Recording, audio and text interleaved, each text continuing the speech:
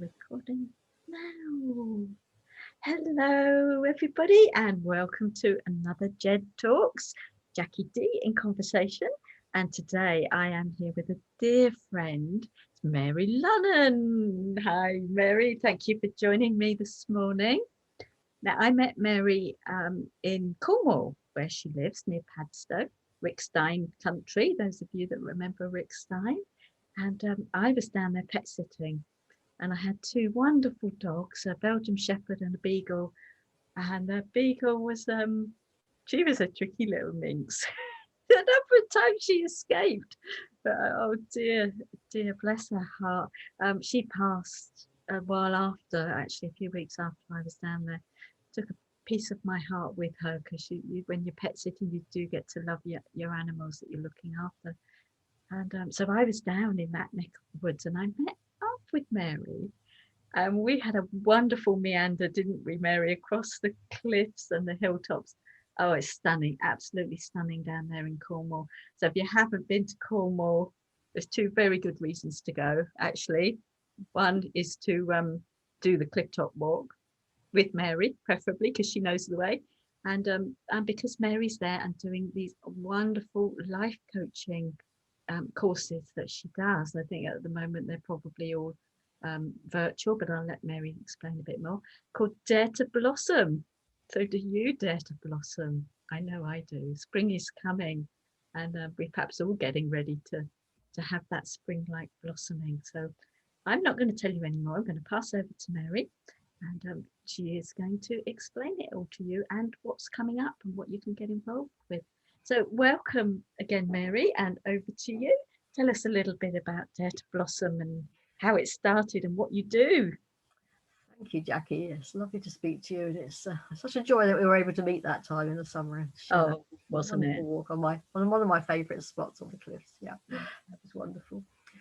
Yes, so well, I could tell you all sorts of things about Dare to Blossom. I'll be as brief as I can. I mean, I began set up the life coaching business in 2003, and Dare to Blossom was inspired by a quote that talks about, and then the pain it took to remain tight in the bud was more painful than the pain it took to blossom, something like that. I can't remember the exact words of it. Yes, isn't that? That's where the inspiration came from. And it's been a continuous challenge because I give people a business card and they say, well, have you? As in, have you dared to blossom? And I would say it's a work in progress. Yes, good question, isn't it, that one? It is, exactly. So, and it's, the business is called Dare to Blossom Life Coaching, and I've sort of encompassed so much more within that now. Since 2015, I was made redundant for the third time in my career of various different things that I've been doing, and I decided just to focus on the business then and grow that, and that's enabled that to happen. I can do all sorts of other things. So I share my photographs from my walks, I share my artwork, I bring in all sorts of different aspects of work, meditation, and the little cards that I've developed, which are called Dare to Blossom Rediscovery cards, which are about rediscovering your own inner wisdom.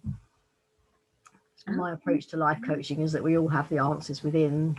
They're just drowned out in the noise of everyday life and all the stuff that's thrown at us to deal with continually, so it seems sometimes. And that's the focus of everything I do, really, is giving people that quiet, safe place to hear themselves think. Yeah. And isn't that interesting that sometimes redundancy is that opportunity to start that business, to look at a new career, to train for something else and dare, as it were, to do something different. If we can see that as an opportunity, it can take us all sorts of places, can't it? Yes, it's quite funny, really, because the previous 12 years to 2015, I've been working in business startup support programs, so helping people do exactly that, start their own businesses. And mine was ticking over in the background, but I wasn't really focusing on it. So after that 12 years and 2 redundancies in that sort of occupation, and helping hundreds of people along their way to getting started or choosing the right path for them. Sometimes it isn't actually what they think it is, it's something different. I decided, and I was employed in that role because of my life coaching qualifications and experience, and it gave me so much more experience as well, sort of during that time. But also, enabled me to see exactly what I didn't want to do in terms of that organisational work. Yeah. Yeah. So Yeah. I'm going to draw one of these little cards for you, Jackie, so you can experience it and see what it is that I do with it. Okay. Your card today is synchronicity. Oh, yeah, I like that. Yeah. I love it when synchronicity comes into play. Well, I guess it's there all the time, but sometimes you can actually see it and feel it working, can't you? And things all seem to converge at the same time and in just the right moment, which allow other things to happen, which perhaps wouldn't if you didn't have that synchronicity. Thank you. So the principle of the card is really just what's happened. And I showed it to you. You know, you have your first response, and that's exactly what it is for that moment. When you look at it later, you might think of something else that's relevant for you. It's just a word or a card or a bit of colour in the background. So Yeah. it's just that. But also, it has a really deep power to it. Just to say, I've just got one of my programs on my microcurrent frequency device has just finished, and it gives me a lovely tune when it finishes. Sorry, carry on there. Okay. So yes, so it's your first response, but then often, like, you know, in coaching, you ask the questions like, what else is there, and what else, so maybe other things. So people use it for journaling prompts or meditation, and you know, just those different things. So I have a free group on Facebook called Dare to Blossom into Joy, where I share a word of the day every day. So if anybody wants to come along and join that and experience a bit more of it every day with the lovely little group I've got there, who a lot of them come in every day and look at it first thing in the morning and see what the word of the day is. Yeah. Okay, so you do a word every day on your Yes. page, right? I'm going to go over and have a good look at that. And so, and you do your courses. So what could people expect if they came on one of your courses? Tell us a little bit. Well, I do, as you said, you know, originally I began running workshops, you know, in person, which was lovely. I did them in all over the country at one time, and then mainly in Cornwall. But you know, for the last year, obviously, I've done none of that. But fortunately, I was already set up to run online groups, because I'm already used to using Zoom. I was really fortunate to have all that experience behind me. And the beauty of doing online work is that people can join from all over the world. Absolutely. I began the first one of those in June 2015, just after I'd been made redundant. And I wanted something playful and magical and fun. And so it was midsummer. So I developed this program called Midsummer Magic Carpet Ride. Oh. And that became the visualization that I use with people, Magic Carpet Ride visualization, a guided visualization. And that's stuck ever since because people love it so much. So I use the process in every group call I do. So that the groups I run now, I have a private Facebook group for each one. They usually last 4 or 6 weeks. There's 2 different ones coming up soon, which I can tell you about in a moment. And we have a private Facebook page where I post prompts for the week and a prompt every day. People can comment if they want to, get to know each other. But the real nub of it all is the live call once a week or twice a week in some cases, where we gather on Zoom and share, which is almost as good as sharing in a room together. Yeah. And I guess you build a community. The people that come on your course, you get to know each other and strike up friendships, relationships, and yes, absolutely. So what we do on those calls is I draw 3 cards for each person. Unless it's a very big group, then it can be 1 card. But so I draw cards for each person, and they give their responses, but also they give messages for each of us who's in the circle. Because any card that's drawn has something for us too. And then I take people on a guided magic carpet ride visualization. And you know, as anybody knows who uses visualizations, they're a very powerful process. People come back with messages, sometimes really practical things for their business or their career. Sometimes they've met with loved ones who've passed over. Sometimes it's animals they meet with, like that beautiful dog you were talking about. It's sort of exponential, isn't it? Because a magic carpet, I mean, it triggers the imagination, and you could literally just go anywhere, middle of the earth, out of space, anywhere on earth. As you say, meet people.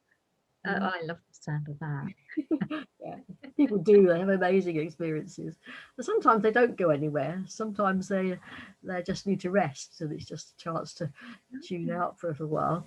And one of the first times I ever did this is in a real live workshop in Glastonbury, actually. And one of the women there, she came back from our visualization quite distressed because she hadn't found a magic carpet. But when we sort of gently gave her the space to think that through for herself, it turned out that was the message. She wasn't allowing herself even to play in this safe place where we were on this visualization and allow herself to find a magic carpet. And that helped her make some really important decisions for herself. She actually changed her life quite fundamentally afterwards, I think. That doesn't always happen. Sometimes people are frightened of life coaching because they think they're going to be told they have to do all these things and, leave their job or leave their relationship or whatever else it is. Of course, that's not the case at all. It's really establishing what is exactly right for you in that moment. Yeah.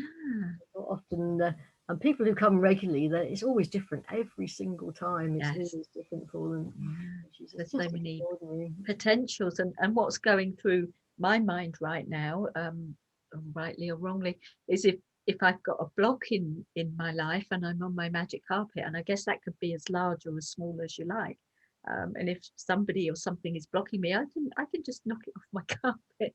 I can get rid of that block, sort of figuratively and in my mind. Yeah, So yeah. wow, yeah, and the number of ways in which you could work with that.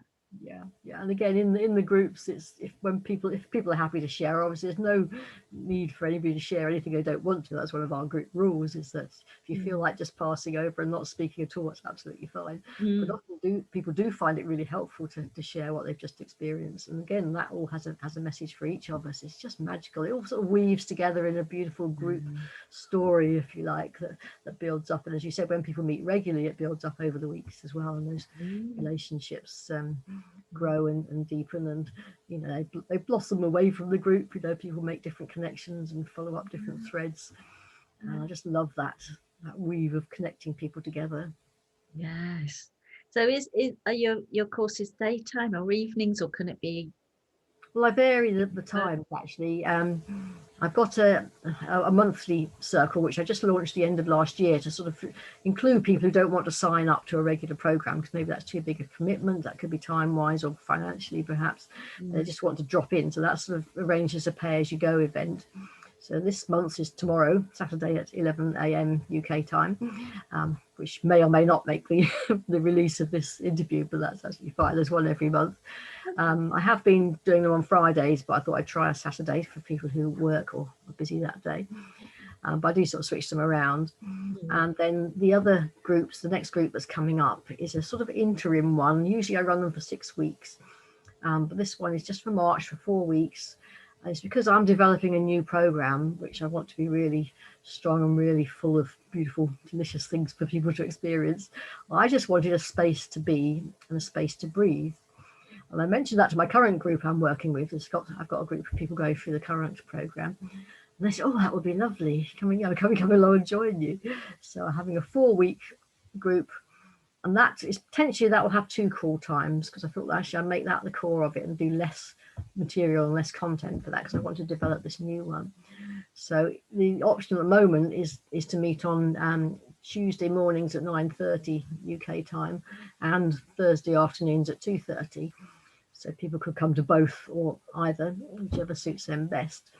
But I don't know. I haven't done that before, so I'll see. If people come, they come. If they don't, I'll do something different. Yeah. And you mentioned, when we were talking earlier, you mentioned your artwork, and is that something you do for yourself, or what form does that take? Because we were admiring your beautiful tree behind you. Thank you. I've always been creative. I was brought up by a creative mother and father who always made things, and I've always loved colour. So my first business back in the 70s, after I stopped working for Rick Stein, who I worked for in 1976 before he was famous, Didn't know he'd been going that long, his restaurant. Wow. 5 years set the restaurant up, yeah. But Yeah. that my first business was copper enamel jewellery making. So it Okay. was all about colour and shapes and patterns. Yeah. And around that for 15 years full time after that, very successfully. But things change as they do, with recessions and health and all those different things. So I went off and got a job and went into a different career, and all those things happened. But I've always kept that interest and that love of artwork. Let me just turn around and give a picture one minute. The main ones I do now are this style of wax painting, wax art. It's got spray paint on, that's why it's reflecting the light rather. Yeah. So I do this wonderful, it's a little bit like the enamel because the enamel's hot glass and this is hot wax when you put it on. Okay. Colours meld and move and become these Yeah. beautiful abstracts in a similar way. So it's And not that sort of ties into my world of vibration and frequency. We often see this sort of patterning and the colours, and of course colours hold a vibration. Every colour really. holds a different The vibration. wonderful thing is you can, it looks quite different when you turn it around. Yeah, yeah. And is So this something that you teach, or that just things you like doing? I don't teach it at the moment anyway. I sell the paintings. Okay. I have a Facebook page called Dare to Blossom Art.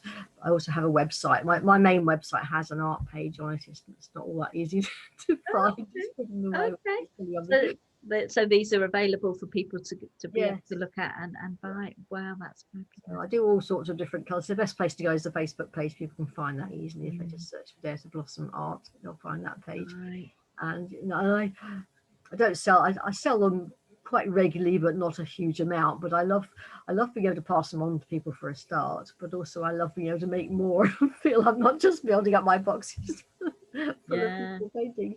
I guess with any art that links in then to mindfulness and letting your mind focus on one particular thing, which again can release your imagination and is just really healthy. All the mindfulness and for me and my mum, it's jigsaw puzzles, because we just sort of your mind just wanders when you're doing them, and just bring it back to the puzzle. And Yeah. yeah, it's I actually find they really. I normally share when I share the word of the day in Dare to Blossom into Joy. I usually put up a painting or a flower picture or some sort of one or two other images along with the image of the card, because that deepens the experience of people. It gives them something else to meditate on if they want to, or to use as a prompt for their writing or whatever that might be. yeah.